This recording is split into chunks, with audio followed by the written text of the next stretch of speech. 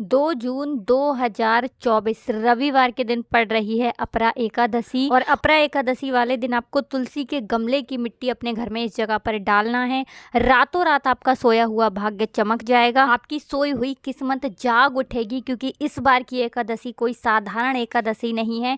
इस बार अपरा एकादशी पर सर्वार्थ सिद्धि योग का निर्माण हो रहा है, जो कि अपने आप में बहुत ही उत्तम होता है।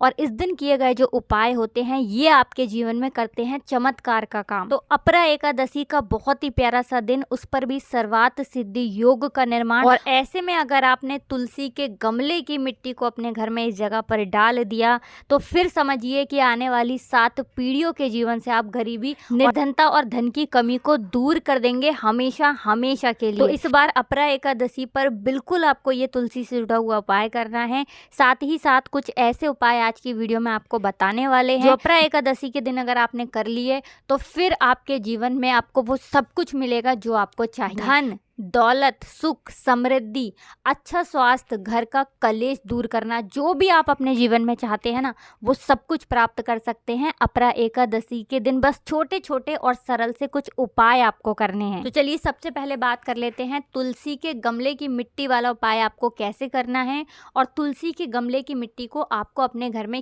किस जगह पर डालना है, किस समय डालना है और किस तरह से आपको इस उपाय को करना है।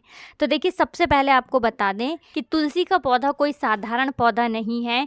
तुलसी के पौधे में होता है माता लक्ष्मी का वास। और तुलसी के पौधे को अगर कोई घर पर लाता है, सही दिशा में लगाता है, तो ऐसा समझ लीजिए वो अपने ही नहीं, आने वाले अपने जितने भी उनकी पीढ़ियां होती है ना उनके जीवन से भी निर्धनता और गरीबी को दूर कर देता है। तो बात करेंगे कि ये जो उपाय है ये आपको अपरा एकादशी वाले दिन किस समय करना है। तो किसी भी समय आप इस उपाय को कर सकते हैं। उपाय को करने के लिए सबसे पहले आपको स्नान आदि करना है, स्वच्छ वस्त्र धारण करने हैं, साफ कपड़े पहनने हैं, और फिर आपको सबसे पहले तुलसी मैया को हाथ जोड़कर प्रणाम करना है। ठीक है ना। अब जो तुलसी के गमले की मिट्टी होती है, तुलसी के गमले की मिट्टी कोई साधारण मिट्टी नहीं होती है जब आप उस मिट्टी के अंदर तुलसी का पौधा लगा देते हैं। ठीक है ना। तो तुलसी के गमले की थोड़ी सी मिट्टी आपको लेनी है जिसमें कि समस्त तीर्थों का वास होता है। जी हाँ, समस्त तीर्थों का वास होता है तुलसी के गमले की मिट्टी में।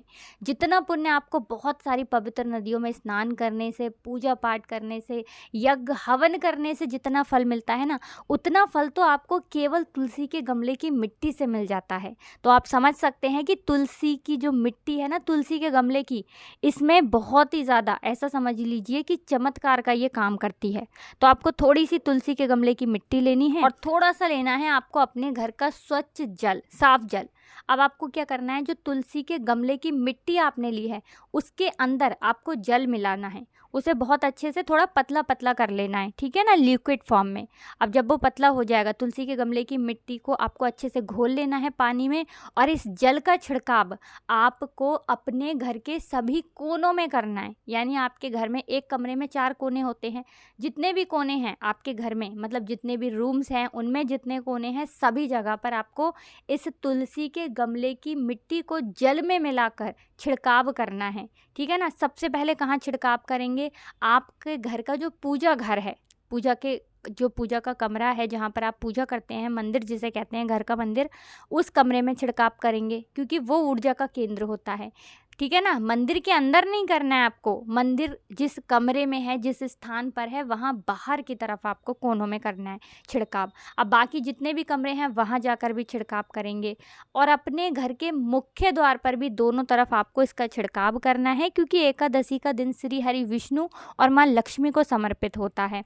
और जब भी आप अपने घर में तुलसी के गमले की मिट्टी को पानी में मिलाकर उसका छिड़काव करते हैं तो इससे श्री हरि विष्णु बहुत ही प्रसन्न होते हैं।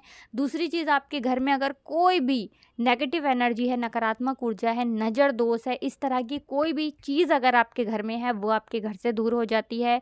यहाँ पर आपको सीधे सीधे श्री हरि विष्णु और माँ तुलसी का आशीर्वाद मिल जाता है। माँ लक्ष्मी आपसे बहुत जल्दी प्रसन्न हो जाती हैं जब भी आप इस उपाय को एकादशी के दिन करते हैं।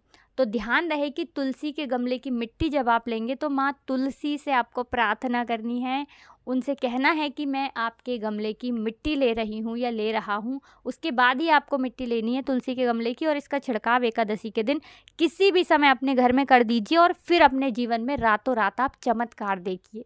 ये पहला उपाय हो गया। अब बात कर लेते हैं दूसरे उपाय की, जो कि आपके धन को बढ़ाने का काम भी करेगा और धन को लेकर भी आएगा। जो लोग कहते हैं धन बढ़ता नहीं है, धन हमारे घर में नहीं आता है, या फिर धन हमारे पास नहीं रुकता है, उन्हें तो विशेषकर एकादशी के दिन ये दूसरा वाला उपाय ज़रूर करना चाहिए। और इस बार की एकादशी अपरा एकादशी पर तो सर्वार्थ सिद्धि योग का निर्माण हो रहा है, तो बिल्कुल चूक मत जाना, इस उपाय को ज़रूर करना। करना क्या है, मिट्टी का एक दीपक लेना है, आटे का दीपक भी आप ले सकते हैं, ठीक है ना। एक दीपक लेंगे, शुद्ध देसी घी भरेंगे और उस दीपक के अंदर आपको गोल बाती लगानी है, गोल बाती रुई की, और एक चुटकी पिसी हुई हल्दी उसी दीपक के अंदर आपको डाल देनी है। अब ये दीपक आपको कहाँ जलाना है, तुलसी जी के पौधे के पास, ठीक है ना। आपके घर में जहाँ तुलसी जी का पौधा हो वहाँ पर आप इस दीपक को जलाएंगे श्री हरि विष्णु के नाम से, और मंत्र जरूर बोलना है आपको। मंत्र क्या रहेगा, ओम नमो भगवते वासुदेवाय नमः, ठीक है ना। अब जिन लोगों को मंत्र नहीं आता है वो क्या करेंगे, तो वो श्री हरि विष्णु और माँ लक्ष्मी का ऐसे ही ध्यान कर लेंगे, क्योंकि भगवान जो हैं वो आपके मन की प्रार्थना को सुनते हैं, है ना। वो देखते हैं कि आपकी भावना कैसी है उनको पूजने की, आप कितने सच्चे दिल से उन्हें पुकारते हैं। और जब भी आप कोई भी उपाय पूरी सच्ची श्रद्धा के साथ करते हैं, उनको बुलाते हैं, उनसे प्रार्थना करते हैं, तो भगवान आपके जीवन से कष्टों को दूर करने आते ही आते हैं।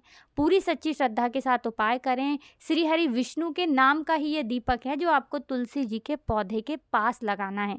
शाम के समय में ही दीपक लगाना है, इस चीज़ का भी आपको पूरा ध्यान रखना है।